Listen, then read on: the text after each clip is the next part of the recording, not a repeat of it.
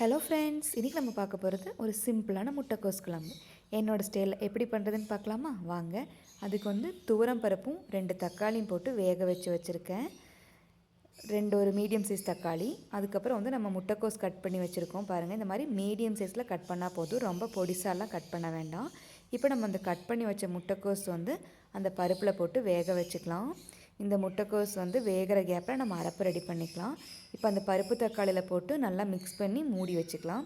அதுக்கப்புறம் இதோட அரைப்புக்கு ஒரு 1/4 மூடி தேங்காய், 5 சின்ன வெங்காயம், ஒரு 3 பல் 4 பல் போல் பூண்டு, அதுக்கப்புறம் ஒரு 6 வரமிளகாய் போட்டிருக்கேன். இதை நல்லா பேஸ்ட்டு மாதிரி அரைச்சி எடுத்துக்கலாம். 1/4 டீஸ்பூன் சீரகம் ஆட் பண்ணிக்கோங்க. இதை போட்டு நல்லா அரைச்சி எடுத்துக்கலாம். இந்த மாதிரி அரைச்சி எடுத்ததுக்கப்புறமா இப்போ பாருங்கள், முட்டைக்கோஸ் ஓரளவுக்கு வெந்துருச்சு. அதில் இந்த அரைப்பை ஆட் பண்ணிக்கலாம். ஆட் பண்ணி அதில் கொஞ்சம் தண்ணி கலக்கி ஊற்றிக்கலாம். ஊற்றுனதுக்கப்புறமா நம்ம இது கொஞ்சம் தாளித்து கொட்டிக்கலாம். அதுக்கு சின்ன வெங்காயம், பூண்டு, கருவேப்பிலை, சீரகம், கடுகு, வரமிளகாய் இது எல்லாமே போட்டு தாளித்து கொட்டிக்கலாம். அதுக்கப்புறம் தேவையான அளவு கல்லுப்பு போட்டிருக்கேன். கல்லுப்பு போட்டு நம்ம அரைச்சதையும் ஊற்றிருக்கோம் இல்லையா, அரைச்சது தாளித்தது எல்லாமே ஊற்றி மூடி வச்சுக்கலாம். அந்த மசாலா நல்லா பச்சை ஸ்மெல் போகிற வரைக்கும் கொதிக்கட்டும். இந்த அளவுக்கு நல்லா கொதித்து வந்துருச்சு. பச்சை ஸ்மெல்லாம் போயிடுச்சு.